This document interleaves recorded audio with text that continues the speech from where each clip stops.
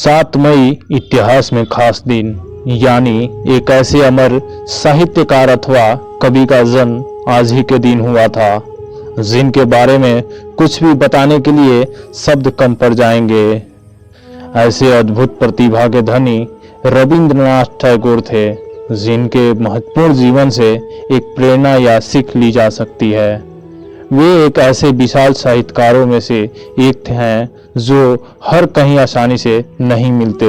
ऐसे लोग युगों के बाद धरती पर जन्म लेते हैं और इस धरती को धन्य कर जाते हैं। यही नहीं बल्कि ऐसे व्यक्तित्व के धनी लोग मृत्यु के बाद भी एक अमर छाप छोड़ जाते हैं।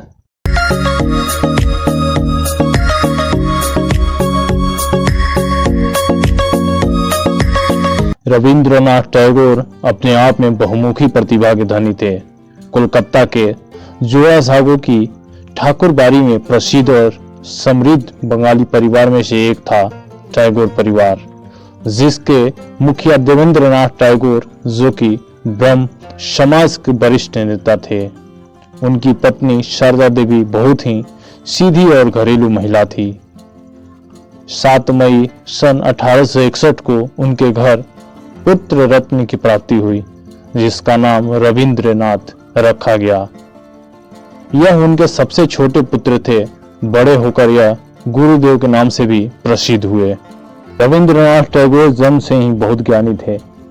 इनकी प्रारंभिक शिक्षा कोलकाता के प्रसिद्ध स्कूल सेंट जेवियर नामक स्कूल में हुई थी।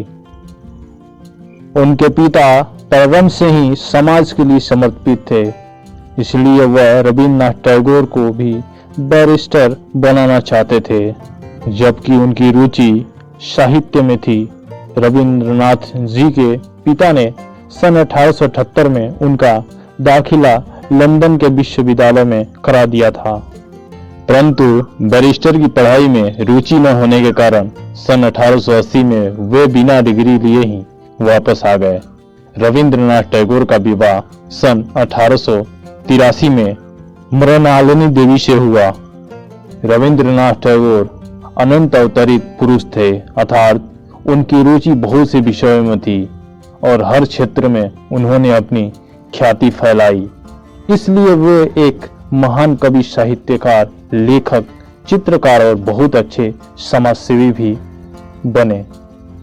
कहा जाता है कि जिस समय कोई बालक खेलता है, उस उम्र में रविंद्रनाथ टैगोर ने अपनी पहली कविता लिख दी थी, जिस समय उनकी उम्र महज 8 वर्ष थी। हैरान करने वाली बात तो ये थी कि उन्होंने किशोरावस्था में ठीक से कदम भी नहीं रखा था और उन्होंने सन 1877 में यानी 16 वर्ष की उम्र में लघु कथा लिख दी थी। रविंद्रनाथ टैगोर ने लगभग 2230 गीतों की रचना की। भारतीय संस्कृति में, जिसमें खासकर बंगाली संस्कृति में अमिट योगदान देने वाले बहुत बड़े साहित्यकार थे।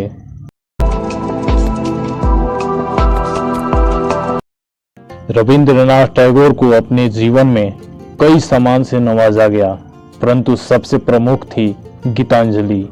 सन 1913 में गीतांजलि के लिए रविंद्रनाथ टैगोर को नोबेल पुरस्कार से सम्मानित किया गया। रविंद्रनाथ टैगोर ने भारत को और बांग्लादेश को सबसे बड़ी अमानत के रूप में राष्ट्रगान दिया, जो कि अमरता की निशानी है। हर महत्वपूर्ण अवसर पर राष्ट्रगान गाया जाता है, जिसमें भारत का जन गण मन है और बांग्लादेश का अमर सोनार बंगला है। यही नहीं बल्कि रविंद्रनाथ टैगोर ने अपने जीवन में 3 बार अल्बर्ट आइंस्टीन जैसे महान वैज्ञानिक से मिले, जो रविंद्रनाथ टैगोर जी को रवि टैगोर कहकर पुकारते थे। एक ऐसा व्यक्तित्व जिसने अपने प्रकाश से सर्वत्र रोशनी फैलाई। भारत के बहुमूल्य रत्न में से एक हीरा, जिसका तेज चारों दिशा में फैला, जिससे भारतीय संस्कृति का अद्भुत साहित्य, गीत, कथाएं, उपन्यास, लेख प्राप्त हुए। ऐसे व्यक्ति का निधन 7 अगस्त 1941 को कोलकाता में हुआ।